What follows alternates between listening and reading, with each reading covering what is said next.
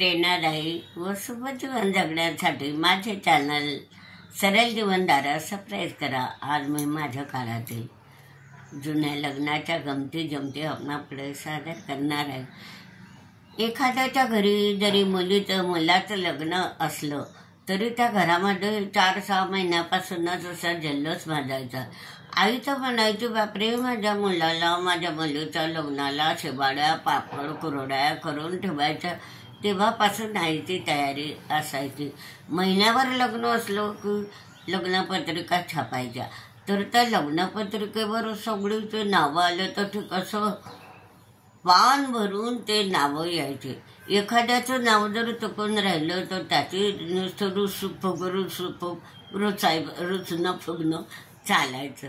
तर अशा प्रकारे महिना राहिला की सायकलवर गाडीवर जे वाहन सापडलं त्याच्यावर लग्नपत्रिका पोस्ट करायचे। नातलगांना म्हणायचे, सगळे हो हात जोडतो, 8 दिवस अगोदर हे जा, माझ्या मुलाचं लग्न आहे किंवा मुलीचं असलं माझ्या मुलीचं लग्न, हात जोडतो सगळी हो, तुम्ही माझ्या घरी या बरं, 8 दिवसापासून पाहुणे या।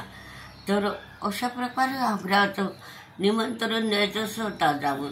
आणि मग लग्नाच्या हळदीचा दिवस आला समजा, मग हळदीचा दिवस आला तर 8 दिवसापासून नवरीची आई सकाळपासून कासारीन बाईला बोलायची, अगोदर मानपान नंदीला सासूला द्यायची आणि नंतर सगळ्या आपल्या वाड्यातील बाया ओळखे पाडखीच्या बायांना असे हिरवे चुडे भरायची। हळद का 10 लागते का संध्याकाळी लागते म्हणून मानापानाचं जोडपं म्हणून बेमातनी म्हणत त्याला, म्हणजे माठ। तर त्या माठाला हळद कुंकू लावून ते जोडपं असं मानपान द्यायचे। समजा एखाद्या कुटुंबात त्याचा मुलगा सून असली मग ते जोडपं बेमातने काढायचे, काळी माती टाकायचे, त्याच्यावर माठ ठेवून गहू टाकायचे। ते गहूही 4-5 दिवसानं पाण्यानं असे बरोबर गवतासारखे वाढायचे, खूप मजा यायची। आता हा जो कार्यक्रम झाला, मग आता हळदीचा कार्यक्रमाला खूप मजा यायची। सगळ्या वाड्यातल्या बाया गल्लीतल्या बाया सगळ्या यायच्या, नातेवाईक 8 दिवसापासूनच आलेले असायचे। हळदीचं 5 गवारण्या आणि मग त्या नवरीला हळद लावायची, काळी असली तरी पिवळी गोरी असली तर जास्तच मग गोरी दिसायची।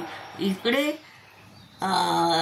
असे नणंद भरजाया एकमेकाच्या अंगाले पाठीवरती हात भरवायचे, खूप हळदीचे पाठीवर शिक्के मारायचे, गमती जमती करायचे।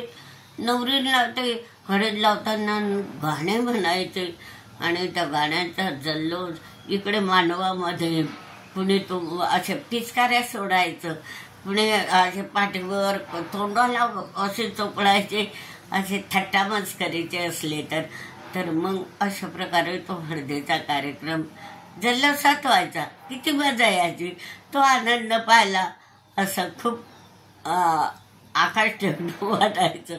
आणि मग नवरदेवाचा किंवा नवरीची आई त्या दिवशी वरण-पोळी, वांग्याची भाजी असं जेवण द्यायचे सगळ्यांना। आणि मग दुसऱ्या दिवशी नवरदेव येणार म्हणून ते काय करायचे, इकडे स्वयंपाकाची तयारी करायची, काय पंगत द्यायची काय नाही ते स्वयंपाकी वेगळ्या बाजूला, इकडे रात्रभर त्या बाया लग्नाचे गाणे, काही आपल्या जुन्या आठवणी, इतकी गंमत यायची, इतकी मजा यायची, इतका आनंद लुटायचा की ते तिला काही म्हणायची, ते तिला काही म्हणायची, नवरीच्या आईला काही म्हणायची, अशा प्रकारे नवरीच्या बहिणीला असे थट्टेचे गाणे त्यावेळी म्हणायचे, म्हणजे असे धूम म्हणायचे। तेव्हा कुठे ते 12-1 वाजता रात्री झोपायचे आणि सकाळी नवरदेव येणार म्हणून इकडे स्वयंपाकी त्यांच्या स्वयंपाक करण्यामध्ये गुंग असायचं, कोणी शिरा करायचा, कोणी बुंदी करायचं, असं तिखट भात, आता मसाले भात असं जेवण करायचे, वरण भात अशा प्रकारचं जेवण। आणि पण तो आनंद त्या वेळचा खूप असा उपभोगायला मिळत होता की हा गडा खरोखर लग्न 8 दिवसापासून पाहुणे येऊन राहिले. मजा मजा येत होती. आणि मग नवरदेव यायचा. नवरदेव आला समजा तो वेशीवर बसायचा गावाच्या बाहेर. अशा गवरण्या ते त्यांचं ते काही गाडी असायची, पडद्याची गाडी. मग तिथे बसायचे जे वाहन असलं ते. आणि मग इकडून नवरीची आई माना पानानं त्यांचा शेवाळ, त्याच्यामध्ये कुरड्या पापडा अशा प्रकारे नवरीची आई ते त्या नवरदेवाच्या गवरण्यांना आणि नवरदेवाला असा मानपान म्हणून खायला द्यायचे. एवढा मोठा घडा भरून पाणी न्यायचे, त्यांना पाणी द्यायचे. मग ते त्याने तिथं खाल्लं पिल्लं. बेशीजवळ गावाच्या बाहेर बसायचे. असं मांडव करून द्यायचे बसायपुरता. तर मग घरी यायचं वाजत गाजत नवरदेव घरी यायचा. इकडे नवरदेवाच्या बांधवात असे आंब्याचे तोरणं गिरणं, मंडपालाही आंब्याचे डक्षेच लावत. का की ते पवित्र मंगल असतं आंब्याचं पान म्हणजे.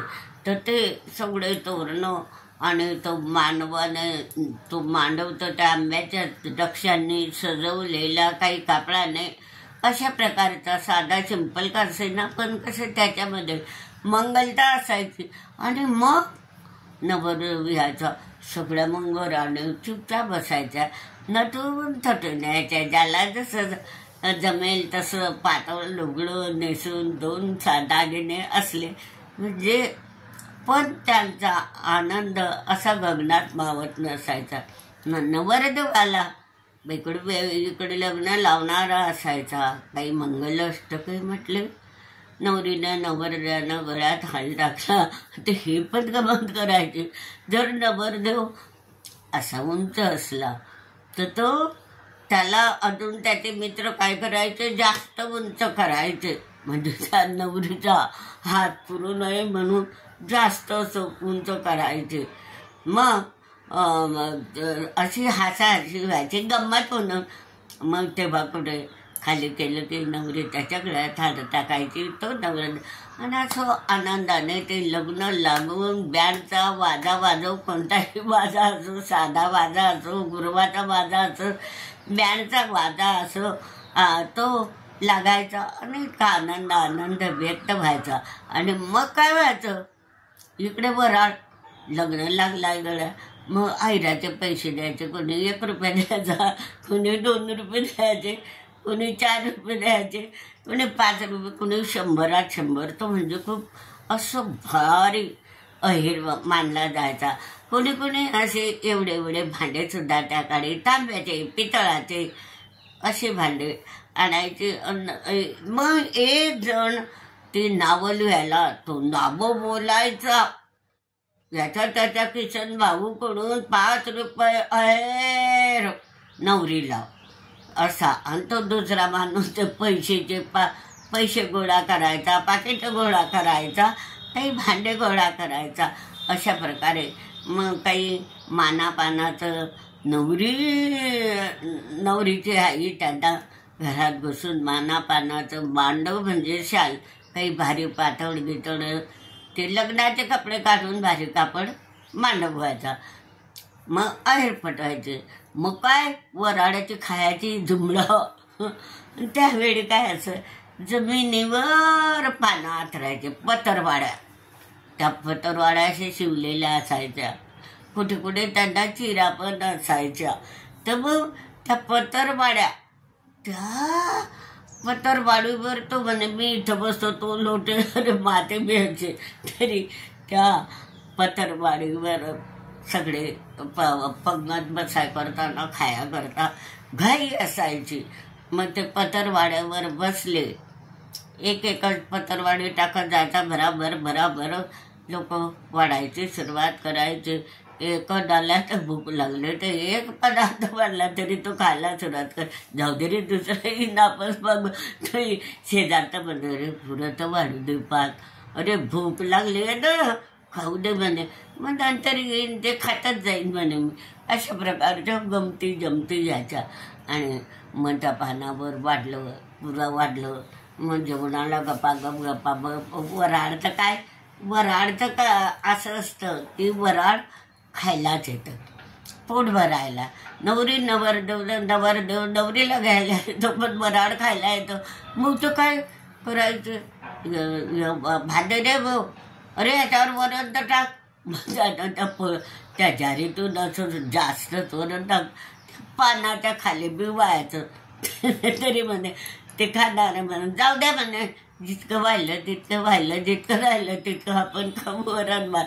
अशा प्रकारच्या गमती जमती याच्या पोटभर तुडुंब ते वऱ्हाड खायचं, पोट भरायचं. आणि अशी मजा यायची, खूप मजा यायची. पुणे असे पानाचे पानं पण असायचे, खोबऱ्याच्या वाट्या ठेवायच्या. याहींचं काही कोणाचं पान असलं, बहिणीचं, नवरदेवाच्या, अशा खोबऱ्याच्या वाट्या ठेवायच्या. त्याला पानानं जीव घालायचे, पापड शिवाळा ठेवायचे. अशा प्रकारचं ते जेवणाच्या वेळीसुद्धा हे करायचं. आणि मग काय आपलं सगळं आटोपल्यावर, वऱ्हाडी जेवल्यावर, सगळं मांडव झाल्यावर नवरी जायला निघते. नवरी जायला निघाली की मग आई वडिलांच्या डोळ्यातून असे अश्रुधारा गळतात. आणि मुलगीसुद्धा रडते. जेव्हा ते आपल्या गाडीमध्ये बसते तेव्हा अशी मागे वळून पाहते, आई वडिलांना चिटकते, खूप रडते. आई वडिलाच्याही खूप अश्रू, सगळे वाटे लावणाऱ्याच्या सुद्धा. तो तेव्हाचा काळ म्हणजे ते अश्रू ढाण्याचाच असतो. आणि मग ते रडते. मग तेव्हा त्या बँडच्या वाजामध्ये कोणतं गाणं म्हणायचे त्यावेळी, पी सावळारामचं, गंगा यमुना डोळ्यात उभ्या का, जामली जा दिल्या घरी तू चुके रहा, जामली जा दिल्या घरी तू सुखी रहा. अशा प्रकारचं हे गाजलेलं गाणं जेव्हा नवरी वाटे लावायचे आई वडील, की आई वडील म्हणतात जा भले सुखानं जा तुझ्या घरी. तर ही पी सावळारामचं गाणं ते बँडच्या वाजावाले किंवा कोणतेही साध्या वाजावाले त्या वाजंत्रीमध्ये म्हणायचे, जामली जा दिल्या घरी तू चुकेरा. तर अशा प्रकारे तो लग्न सोहळा मला आज सुद्धा आठवतो. आणि मग ते लग्न, ती नवरी तिच्याकडे जाते आणि 2-4 दिवस राहिल्यावर मग आई वडील परत तिच्याकडे आणतात. त्यावेळच्या मुली थोड्या लहान वयात असल्या तर आई वडील बरेच दिवस 1-2 वर्ष पाठवत नसत. आणि अशा प्रकारच्या त्या लग्नाच्या गमती जमती आज माझ्या डोळ्यासमोर उभ्या राहिल्या. आणि मी त्या गमती जमती तुम्हाला सांगायला आतुर झाले. आणि तुम्ही पण ह्या गमती जमती पहा. आणि आमच्या त्या जुन्या काळाचा लग्न समारंभ किती थाटामाटात, किती आनंदात पार पाडत होता, की त्या आनंदाला पारावार उरत नव्हता असा तो लग्नाचा थाट मला आता पाहायला मिळत नाही. आता काय करता, सेल्फी काढता, सेल्फी आणि काय ते मोबाईलच, सेल्फी मोबाईल कोणाशी बोलत नाही, चालत नाही. आणि म्हणून मला असं हा व्हिडिओ तुमच्यासमोर सादर करताना सुद्धा आनंद होत आहे, आनंद हसू येत आहे. तुम्ही पण हा व्हिडिओ पहा, आनंद लुटा, मजेनं हसा, जरूर पहा, पुरा पहा आणि लाईक व शेअर करा.